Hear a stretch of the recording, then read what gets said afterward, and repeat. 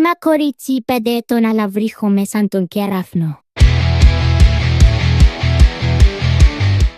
Welcome to Who Taught You to Hate Her. This is your host Alishba. And I'm your host Fatima. Today on our podcast, we have a special guest with us, Zainab Zaffer! Yay! Hello, Zainab. Hi. So, Zainab, how about you introduce yourself a little bit? Okay, I'm Zainab Zaffer. I'm a second-year medical student. And yeah, that's mostly about it. That's about it. So, Zainab, what are your hobbies?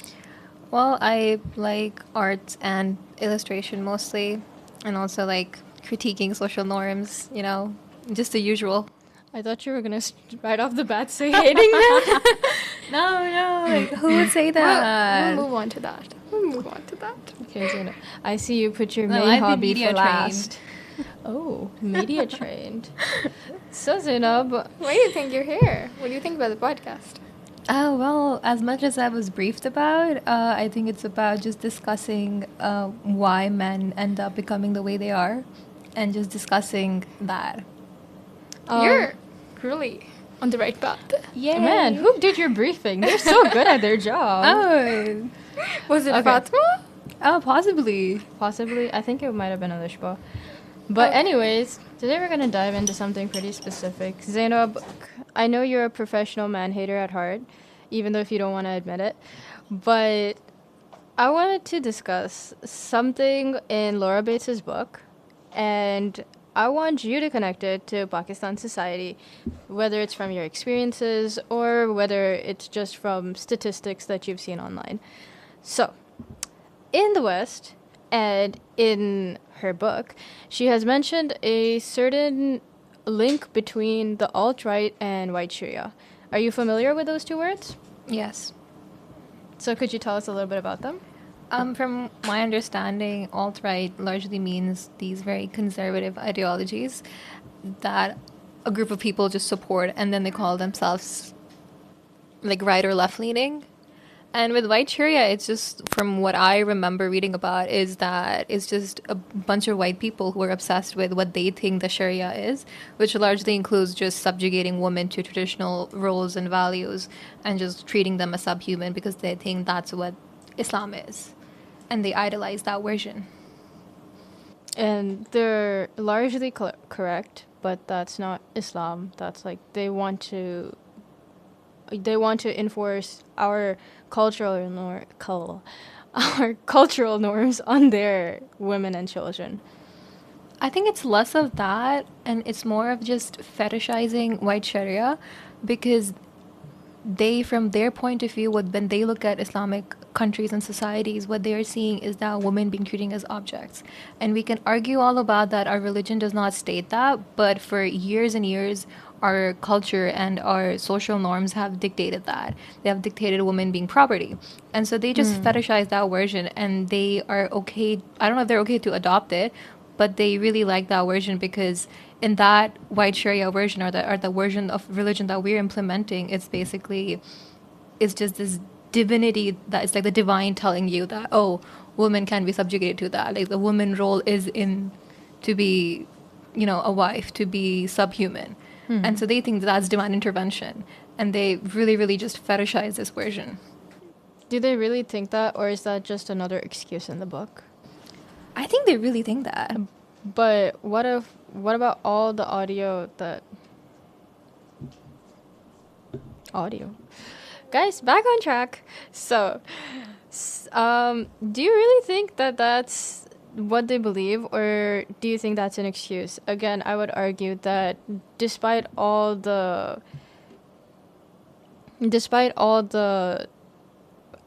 evidence that we have, that even though we have a lot of evidence for them to kind of claim, quote unquote, whether or not it's true, because most of the evidence is by men themselves throughout history, we also have a lot of evidence nowadays that so far is not true. Whether it's the Quran, whether it's the Hadith, whether it's something completely unrelated to Islam itself, they still tend to choose to ignore these type of evidences and lean more towards the traditional ones, man-made ones, to follow the quote-unquote man-made religion. When we say believing in evidence, are we saying that the white people believing in the Sharia evidence, whatever they're finding, or Muslims themselves? I think it goes both ways. So Muslims and the white people, despite all the progression that we've made, both parties, both male parties, tend to believe in what they want to, regardless of all the evidence that you put out to them.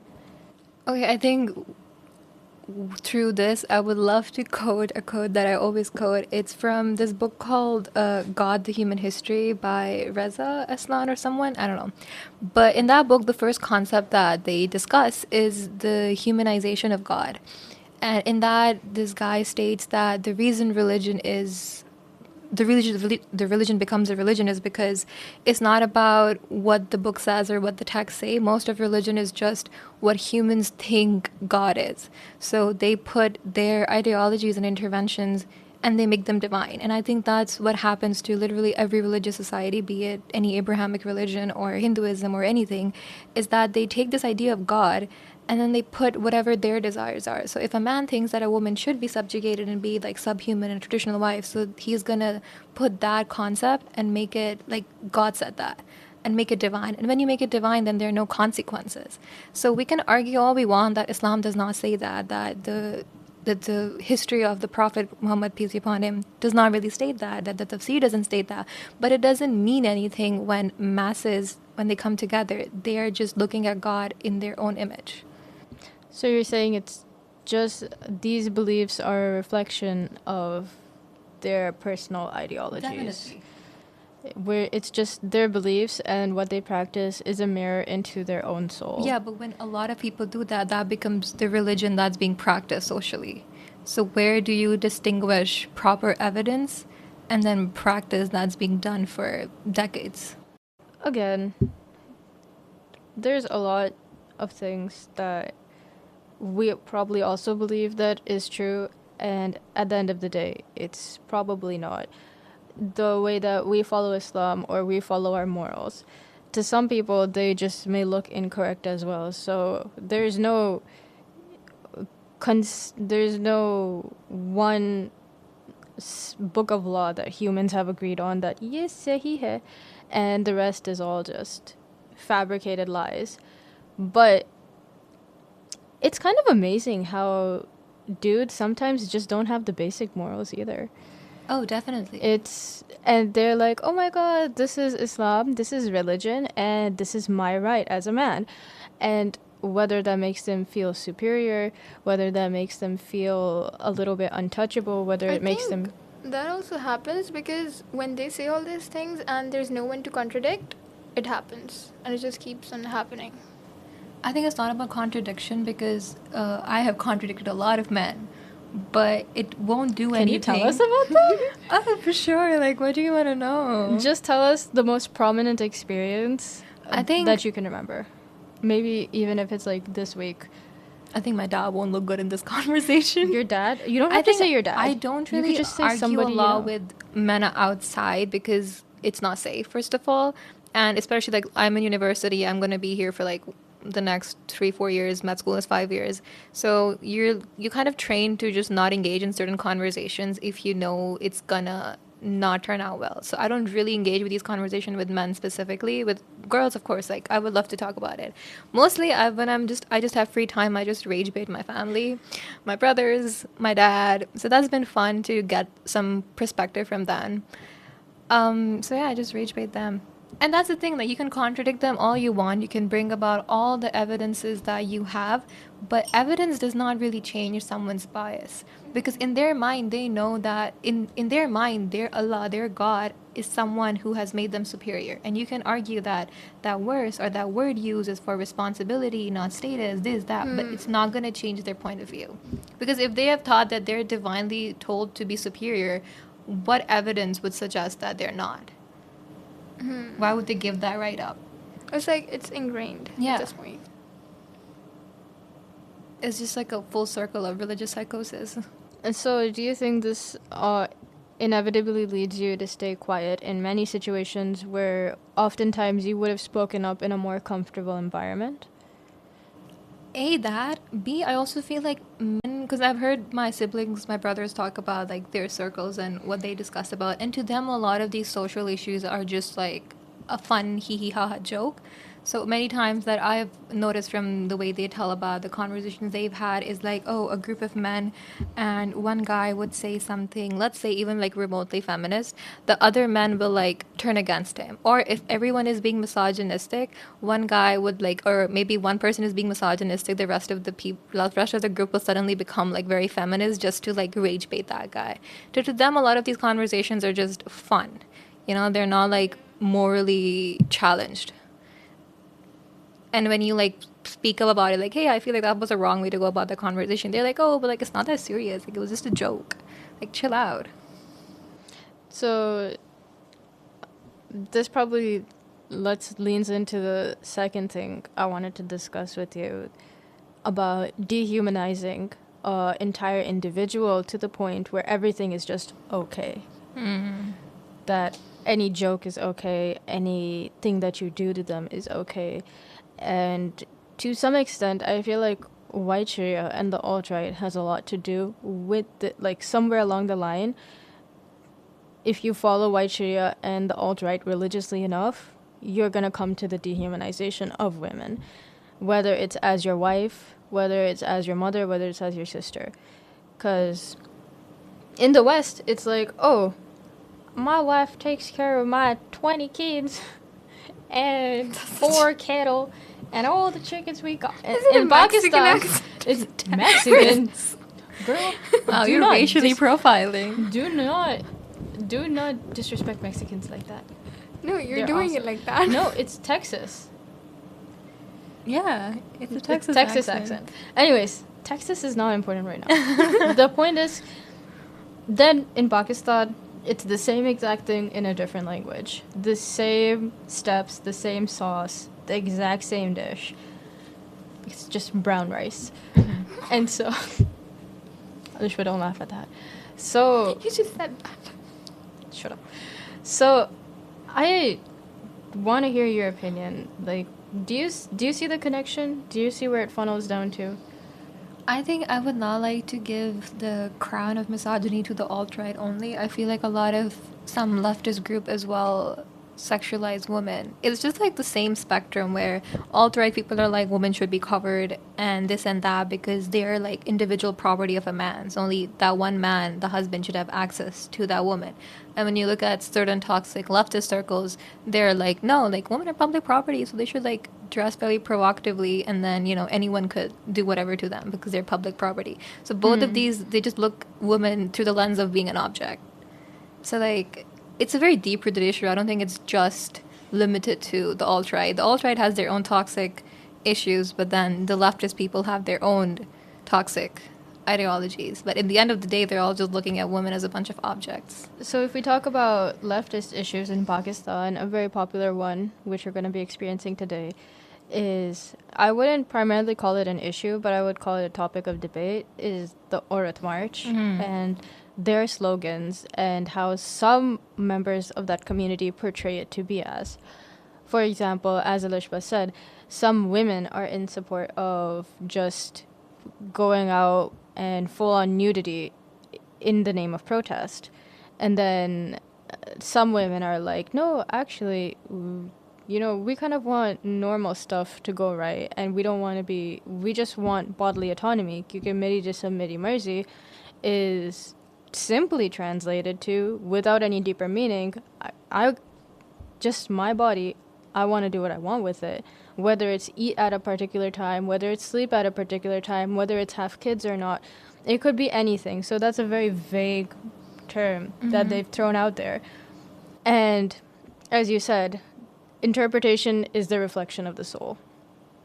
A lot of men interpret it in a sexual way because that's what they internally see it as. Women are just sexual objects. And some women as well go as far to completely misinterpret it, either misunderstand it, and then go on into these kind of spaces and spread that misunderstanding. Do you get the vision? Yeah, I guess कि जितनी भी there is a core group, I would say, Yeah. that understands the true meaning of Aurat March, why it is held, why it is done, why it has been organized, and there are people who are just there for fun. It's like that. I categorize it like that. And kuch जो slogans hai, they are directed to particular cases as well that have happened or that have come across. Lekin people are not aware about it. So they misinterpret it like that, I feel. I think people misinterpret Art March because they themselves have a weird fantasy of women. So when they see that women are choosing something, they're like, oh, of course they just want to go and be naked. And that's the interesting reflection that's the first point where your mind goes to. Because then because Mera Just Meri Marzi, you can always interpret it as what Fatma said, that it's about bodily autonomy. But we need to understand the background that we're coming with Pakistan specifically. We have the highest rate of child marriages. We have the highest rates of unreported marital rape, because of course that's not even a thing in our law. And when we look at the gynecology and that department, women have absolutely no right. Like, I think everyone knows. Do you guys know what a husband stitch is?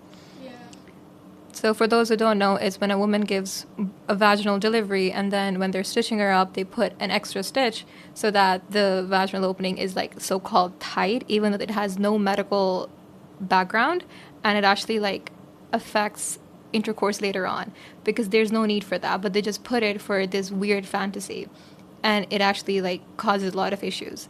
We look at these stats. We look at stats of women cannot have like hysterectomies if they have genuine health issues like endometriosis or something like that.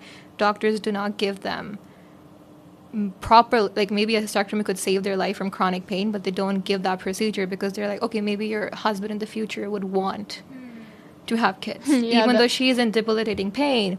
And there's like so many cases of like women don't have medical autonomy, and this is not limited to Pakistan. It's worse in Pakistan, but we don't even have medical autonomy. So once we have such big issues, I think it's better for us to address them first than being like, oh wait, Mera Just Meri Marzi means that women are just going out and like spreading nudity, which is an interesting perspective because men are like the biggest class that consumes that content. So men are also the biggest class that actually do that content as well. Yeah. Like, you can just, I'm driving to pick you up and I see a man pissing on the wall, and I'm like, man. Yeah, I don't get why men have such issue with nudity on the street, that, oh, if a woman chooses to wear inappropriate clothing, like, that's so bad, astaghfirullah. But then Pakistan is like the biggest consumer of porn. And Pakistan is the biggest... Somehow, they find a way. And we have the whole concept of like bachabazi, and we have the whole concept that these very weird things happening in child trafficking and women trafficking, all of that is happening in Pakistan. But our biggest issue is if a woman chooses to wear a crop top. Like, make it make sense. Our biggest issue is that we don't see the issues as issues, and we see everything that's not an issue as an issue. I think the core is we just hate women. It's like, in our society, men have that freedom to not be judged. Because they hate women. Like, that's that, period. They inherently hate women. And you can't, like, convince me otherwise when we have such a high rate of, like, when abortions were a thing, gender-based abortions. And, like, South Asia has an issue. Like, in India, they had to ban screening because people were just aborting... every single girl. Every single girl. And even now we see, like, reports that, oh, okay, well, there was a recent thing that someone had 10 daughters and then a son, and they were, like, celebrating. Even though they were, like, lower-class people, they did not have the financial means to deal with all those daughters. And what happened to those daughters? Like, do you think about it? They just get sold off, married off, trafficked, God knows what happens. And even our ED centers, like, the largest population there are just girls. And yet we are like, no, we're a religious society. We love our daughters so much. And, like, we have proper issues. Let's just say what it is. It's like selective hearing. Even before Aurat March, there were a lot of feminist movements that try to take an uprising in Pakistan to kind of deal with these issues. Obviously, Pakistan has been through a lot. It dealt in the subcontinent era. It dealt with random different religions and different sects, different races, and then after the subcontinent, it dealt with plenty of wars, it dealt with a lot of trauma. Amongst, like, in between all that, they still had the time to kind of hate women. Hate women. I think that's just most of history. Like, no matter how bad things get, we always find a way to make it worse for women. Yeah, and so now that these assholes have too much time on their hands, they're like, Aurat March? That doesn't sound quite right. I don't think so. Never in history. Well, have you read history? Never in our Prophet's time. Have you read the Prophet's time? They never needed any of this. And they were, again, they were respected as individuals. They were not dehumanized. They were not narrowed down to just something to keep in the house. There were people that were finally given the right to study, to pursue whatever they want. They were encouraged. The Prophet himself is a living example of somebody that appreciates women that actually work. Working women, married women, divorced women. He was accepting of all of them. Yet our Muslim men, targeting Muslim men is not a good idea, but I only have so much knowledge on this religion, so I can't speak about others that much. But in this religion in particular, in Pakistan's Islamic Republic, they're like, oh, Muslim women should just stay home, and we have given fatwa because men outside are too dangerous. Thank you for coming to the fatwa. And that's about It's it. like they cannot hear themselves at this point. What they're just saying. Okay, they want to protect women from the men outside, while not recognizing. No, they don't want what's to the protect issue. women. They just want control. They just want control. They It's never- not about. It was never about protection. You know, but it's like very strange. The only one entity that I truly believe wants to protect women is just God. Other than that, there's like no other entity that I believe I think- would ever want to protect women. I have a perspective about the religious aspect because we love to bring up the fact that when Islam came, it was very progressive and all of that. But when I look at it, I sometimes wonder the society that was existent before Islam came was very misogynistic, very capitalist, very wrong in every sense and direction. And when Islam came, all the rules and regulations, Islam was like dropping left and right. Yeah. From that time, it would be considered very leftist. It would be considered very like very progressive because Very of progressive. the negativity that Yeah. existed before. And so if all of these Muslim men and these Muslim people in religious psychosis, if you were existing at that time and these rights of women's dropped, like, okay, you can't do this, like, woman has a choice of marriage, you have to pay her meher, you can't marry your mother after your dad passes away. And all of these rules were dropping left and right, and people were like, oh, okay, let's, we have to adopt this. That the whole resistance of Islam was because it was very new and it was very progressive to that conservative society. Like, it talked about, like, even outside of like just women's right, it talked about like moving away from these very capitalistic hierarchies. Like, it introduced, like some form of socialism. And so the whole resistance wasn't because they were asked to like believe in a different God. It was because they were asked to change practices. So my question to these Muslim men is that if that was to happen now, would you really think you would have reverted or become a Muslim? You're just following your lineage. And now when we look at more progressive things that women are demanding for, we're like, actually, no, we're going to stick to our religion. Your religion was progressive from its time. And if you were there, you would not have rewarded with the attitude you have. you would have not even tried to accept Islam. Oh, definitely. Because you want your cultural norms, you want to stay comfortable. That's why you're being tested at a time where it's so easy for you. It's like what they demand in Earth March is, I would say, is like basic Islamic rights that Islam is already given to women. So there is no need to label it as women's right. I think as long as you label your rights as religious rights, you're not going to get them. Because again, it's that religious psychosis. If a man at the fatwa table thinks that in his version of Islam, women don't deserve rights, you're not going to get them as much as you prove that literary evidence exists. The only reason we are where we are is, I truly believe, is because of social movements. Religious movements have never led to any sort of revolution unless it results from an intellectual revolution, where masses of men, that happened after the golden age of Islam, where masses went through an intellectual revolution. They actually studied. You're not going to get them from these men who haven't even read a book after 4th grade.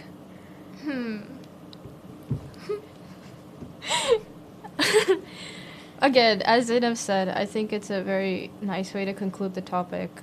You're not going to get the rights that you want by covering it up as something else. Again, women's rights disguised as religious rights. Women's rights disguised as human rights. Women's rights even disguised as animal rights to some extent. Like, oh, animals, have some rights. They can even walk freely. I think a woman should be allowed to do that too. So as long as we keep disguising it, we're not going to get anywhere in life at all. And props to the ladies that did, like they actually got places. They got us where we are today. Thank you for all those dead ladies. Salute to you. Only ladies. If the men were involved even, They weren't. They were probably just undermining the movement. Maybe. There's enough history to prove that. Well, thank you so much, Zainab. That was lovely talking to you. You're welcome. Anything you want to say, Alishba? No. Thank you. Did you just whisper? Yay! Okay. Thank you so much, Zainab. This was Who Taught You to Hate Her, signing off. Bye, guys! Bye! Ona je zo karota, prosto nura no